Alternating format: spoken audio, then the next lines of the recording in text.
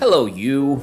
Welcome to our new episode on this podcast. Welcome. Sit down, relax, go pick up your glass of wine, your beer, your popcorn. As I always say, whatever it takes for you to relax and focus. Because today I have once again brought to you, sponsored by Friedrich Podcast. Actually, sponsored by ourselves. This very new episode that we are going to talk about how to choose your language course. Yes, you heard me. I'm about to talk about what are the best strategies, the best and healthiest steps for you according to my point of view, my experiences as a teacher, as a language learner, most of all, on how you should, choose your language course. All right, first of all, I wouldn't be able to put my head on a pillow and sleep okay tonight, or maybe I would if I wouldn't say that, but I'm about to say that I'm a very, very, very, very enthusiast person when it comes to learning a language on your own. All right, I have myself learned English on my own. I never been to a language class, to an English language class before, Why am I saying that? I am saying that to say that, in my opinion, this is the best way to learn a language in all possible criteria, so to say, right? Especially because you don't spend money, right? Which is I don't know about you, but it's a very important resource these days, right?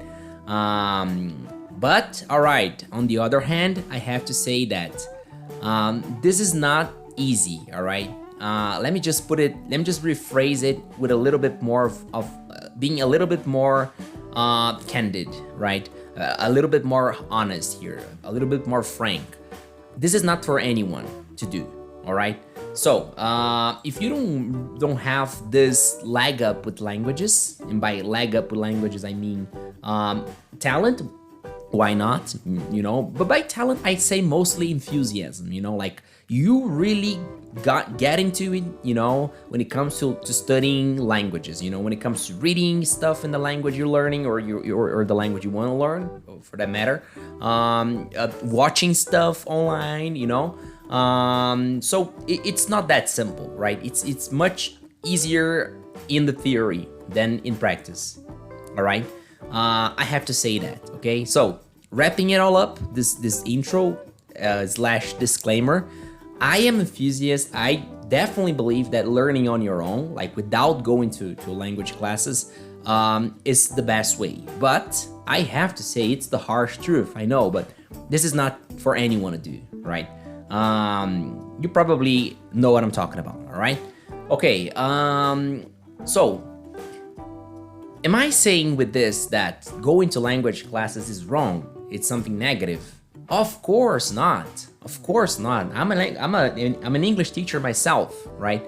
That would be a big contradiction if I would say that. And I definitely don't say that only because it would be contradiction, because I definitely believe that going to a language class, to taking English classes or any other language you're learning, is definitely a good thing, right? If you're a normal person, so to say, by normal I mean like you interested in learning the language, but that's not the center of your attention, like you have like the 95% of things, totally in the other direction, not towards the language you're learning, right? This is being a normal person, in my opinion. So if you're this person, or in other words, if you're like 99% of the people, or maybe 98% of the people,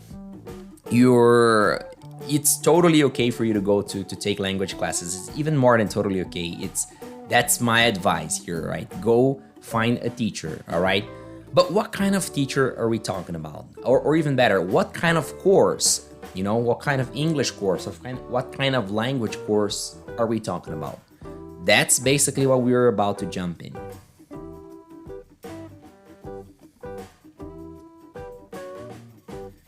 All right, so you got the money in your hands, you got the time, that you've separated, or at least you should, for the classes, right? And then you ask yourself, like, what course should I choose? Should I go after a private teacher, a teacher that, is indication, by some of my friends or acquaintances? Or should I just walk to a big institution / language school out there, or maybe a small one, a local language school, right? What should I do? You may be asking yourself in this situation, right? Okay, so my tip number one is know yourself. Okay, I know it sounds a little bit cliche, I know, but what do I mean by knowing yourself in order to choose a language course, or the way you're gonna study the language, right? With a teacher, of course. Private teacher or big school, small school, local school, So know yourself, all right? It's fundamental, it's paramount that you know yourself in terms of, hey, how fast can I go? How dedicated I am, it sounds like something vague or even like undoable, right? But I promise it's not. It's just a matter of you before, putting your hands, into your pocket and paying for language classes. It's something easy to do, it's something achievable, right? Okay, so let me be more specific. Question number one inside this tip, right, about knowing yourself, like, what are your targets with the language, right? Do you want to speak fluently? Why?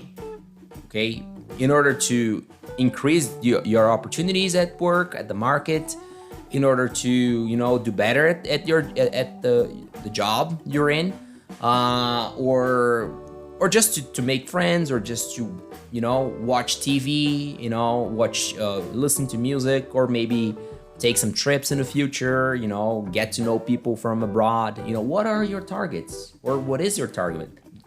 Because in some cases we're talking about one thing, right?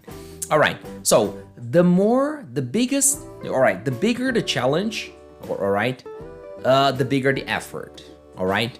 The bigger the effort, consequently, you gonna have to dedicate more time, and by dedicating more time, I mean more minutes, why not say hours, in your day. Okay, every single day. If you haven't listened to one of our first or second episode, go there. I certainly said that in one of the two, or maybe even both of them. All right, so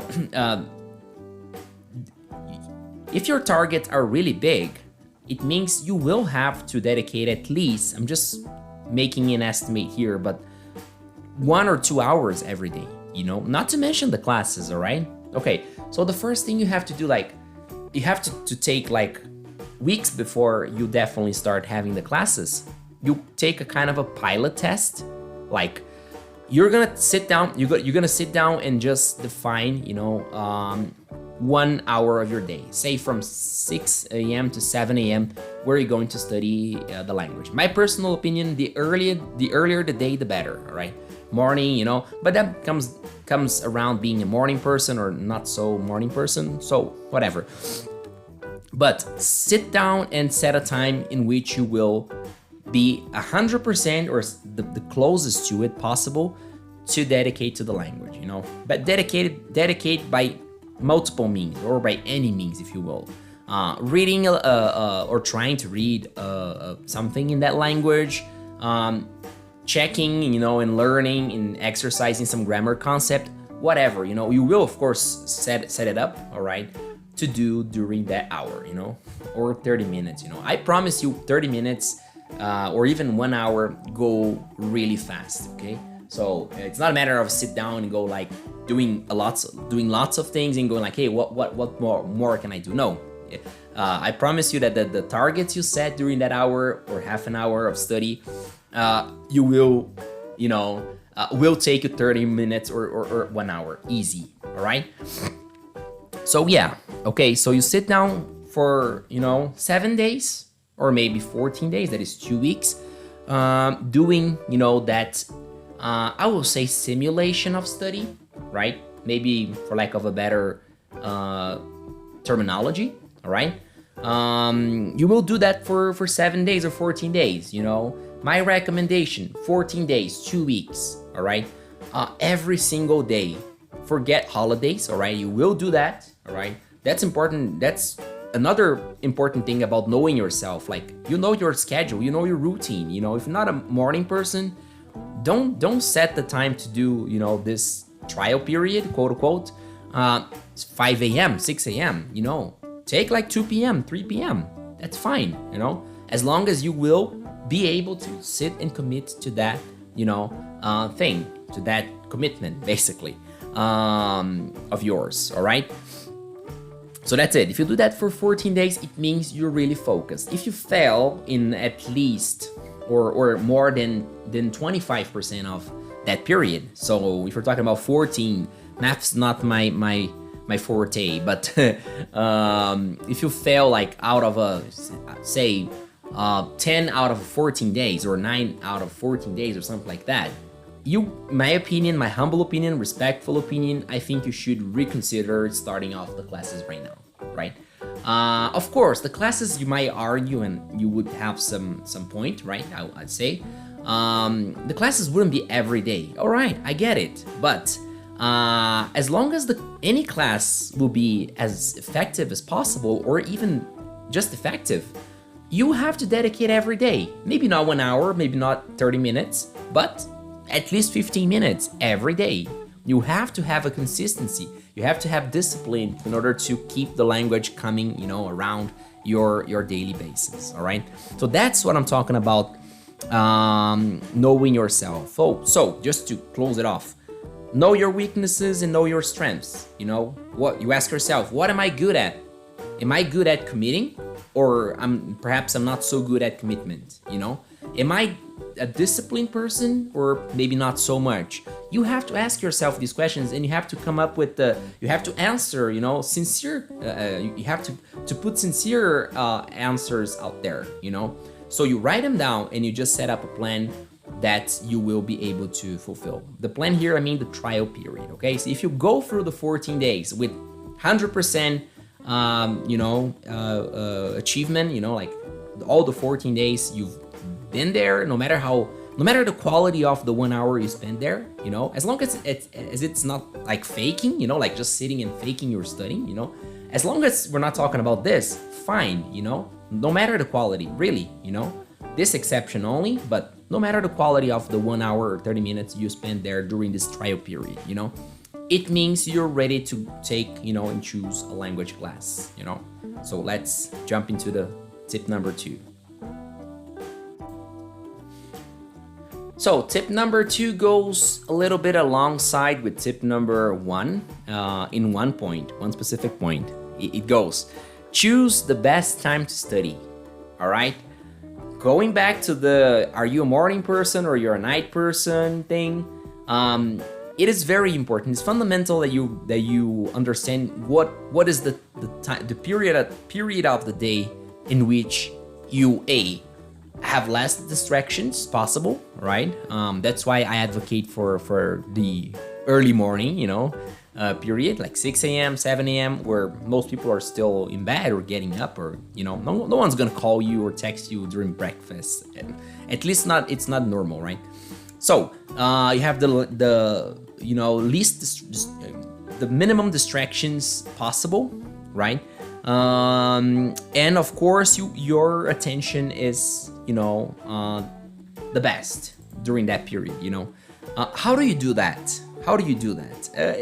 There's no easy answer to this question, all right? But I would say that it's a matter of understanding, like, in which period of the day I feel more excited. You know, do I feel more excited during the morning? You know, during the first 1 hour where, you know, after I get up from my bed, or during night, you know? Of course, I just definitely don't recommend you study before you go to bed, you know? Especially if you go to bed like totally, if you go to bed like straight away to close your eyes and shut off, you know? Some people go to bed to read a book and stuff. Okay, that's acceptable. But if you're really, really sleepy and tired, I don't recommend, but you know what? Why not? You know, it's the point here is, the tip here is like, choose the best time to study, right? So what is going to be the time you're going to study? All right. Okay, so let's be more specific here. Let's be more practical here. If you find out, if you figure out that the best time for you to study, according to your own judgment here, of course, parenthesis, for an extra, comment. Perhaps it's also interesting for you to have a external feedback, like your husband, your wife, boyfriend, girlfriend, or friends in general, or someone in your family, to go like, hey, do I look more productive? I don't know if it's some kind of questions you should ask around, but you can ask people you trust, like especially people you trust will give you honest answers. Like, do I look more productive? Is it my impression, or I look more excited, more productive, more active during this period of the day, right? Morning, afternoon, or even evening? All right. Okay. So being more practical here, coming back, closing off parenthesis. If you figure out that by any means you figure out that you're a night person, I don't know for sure, but I think that most of the classes in regular school, in physical school, happen like not so late at night, 9 p.m. tops, I would say 10 p.m. I heard something, but it's really unusual, something like 11 p.m., so if you're a night person in this matter, maybe going to school, it's not the best option for you at this moment, right? Just saying. So if you're a morning person, or if you prefer studying during afternoon, maybe school is your best option.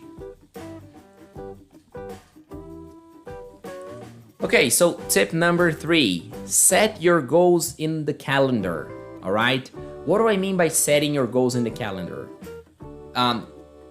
Go out there and say like, hey, I want to be fluent, or I want to achieve this and that, right? I'm gonna use fluency here because this is 99 out of 100 times the aim, the target, the goal here when it comes to learning English, right? But say like you just go like, I need to be fluent in 2 years, or even more specific, I need to be speaking with native speakers without any embarrassment, I'm not gonna say without making any grammar mistakes, because truth be told, we all make grammar mistakes eventually, your target must be like, make the least possible grammar mistakes, especially harsh grammar mistakes, right? But it's not the focus here.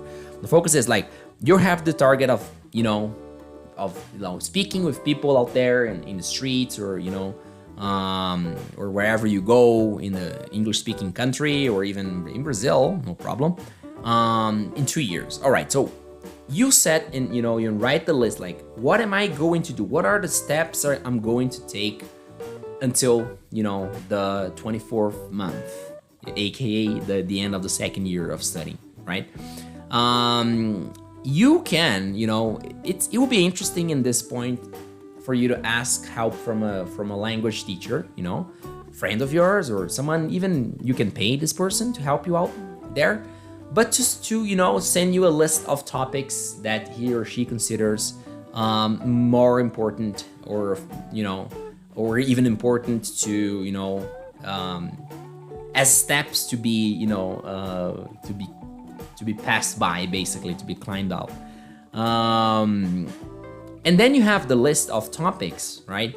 And you just adjust these topics according to lines in the calendar. And by lines, I mean like weeks or months or fortnights. Fortnight means 2 weeks, all right?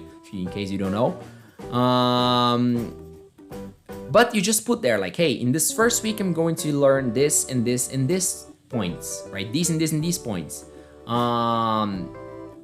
Month number 1, I'm going to learn this and that. Month number 2, so you have it all mapped out, all right? Until as further as you can. I'm not gonna lie, you're not gonna bring grammar stuff until the end of the second year, until the final part of it, right?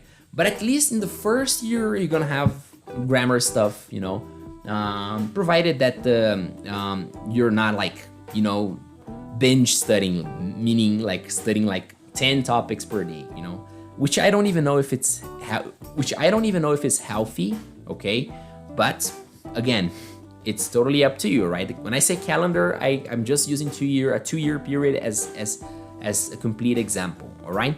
But of course, I would just use this as default, you know, like a pattern, you know, a template, which I consider to be, you know, a realistic period for most people, for, as I said before, quote unquote, normal people, right? So put it all there, okay, in the calendar, and make sure you don't flake, meaning make sure you do it, you know, you don't fail basically on doing. If you fail, if you flake one here or one point, another point, that's not a problem, you know. I like the metaphor that says that you drive in a car and the car slightly goes, you know, off the road. What do? You don't just say, you know, damn it, and goes with the car off the cliff. No, what you do is just gently pulls it, you know, you gently pull it back to the road and go ahead, right? So if you fail, you know, failing is not a problem here and there, provided that failure here is not systematic, you know, provided that failure is not the rule, okay? Sorry, let me rephrase. Provided that failure here is the exception, not the rule, fine, okay? That's the point. So wrapping it up, set up the calendar, set up the points you're going to be tackling, the points you're going to be addressing, you're going to be, you know, studying in the periods you judge, you know. Here again, I say it's important having feedback from someone, you know, if this person has already learned the language, or even better, teaches the language much better, all right? And you have that goal, all right? This is much more for you to go solo, all right? For you to study on your own, all right? But this can work, okay? It can work in the language class. But of course, the language class will have to come first, all right? So you have the material, right? So you have the book you're going to be using in the language, you know, especially in a school, all right, or institution or something of that nature, for you to have the topics, you know, and set them on the calendar, you know, and just go for them, all right? All right, so the last tip here, and I would say it's the more complicated here one, is choose the best material, all right? Again, the best material can be no material if you prefer, you know, if you prefer learning like without having any books, all right? Which I don't recommend much if you're like A1, you know, if you're basic, you know, elementary level student. But if you're like a B1, that is intermediate level student, yeah, that can work. You know, you're gonna have to have stuff, you know, material, but that doesn't necessarily mean, you know, they're going to be in books, you know, or be books for that matter. So how to choose the best material? I don't have the answer for this question, all right? But I really believe it's fundamental, it's important for you to have the opportunity to have a look at the material first. So if you're going to school, they're going to show it to you, you know, like, hey, here's our book or books. That's what we're going to use in the classes. What, you know, it's important for you to sit down and go through it, you know. If people in the school don't like it, it's probably a red flag, as they say. But probably they won't care, you know, for you to sit down and, hey, can I have like 5 or 10 minutes here just looking at the book? And how do you feel when you look at the pages, you know? How do you feel when you read, you know?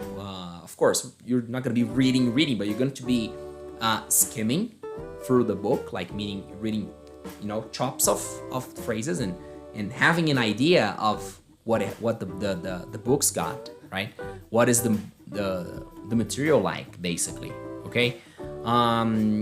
It's important for you to sit down and look at the material. How do you feel about it, all right? Here, referrals are also very important, okay? If you have someone, friend or, you know, acquaintance that has used that material before and say, hey, this is a cool thing. I made progress, and of course, you know that he or she made real progress. Okay, it's a fact that he or she made progress. This is another option. Okay, and of course, if you're looking for a private teacher, a material will have to be set. Okay, be that a PDF that's going to be used, as a reference, not a official book, right? When I say PDF, I mean old books that are out there on the internet and you can download for free. But you have to have a reference material, or perhaps even with the private teacher, you should go there and buy one. Okay. The best thing about having a private teacher instead of a language school, basically, of course, the school in the language school, the teacher at the language school will help you out there, but in a different way than the private teacher. The private teacher is going to be, I'm sorry, I don't mean to offend anyone here, but the private teacher will tend to be much more, how can I put this? He or she will dedicate more time into, tutoring you as far as materials are concerned, right? Like, hey, there's this book here, take a look, there's that book there, he or she will, right? Because the material you choose, no matter what, he or she will have to use for the classes, so he's an interested part of the process. Okay, so this is, as I said, is the most controversial one, I would say, but that's my opinion. Okay, I really hope I have helped. Please leave your comments, questions, and disagreements. Vive la différence. It's important to disagree, no problem. And I, once again, thank you guys for your company. Big pleasure, just as usual. See you in the next episode.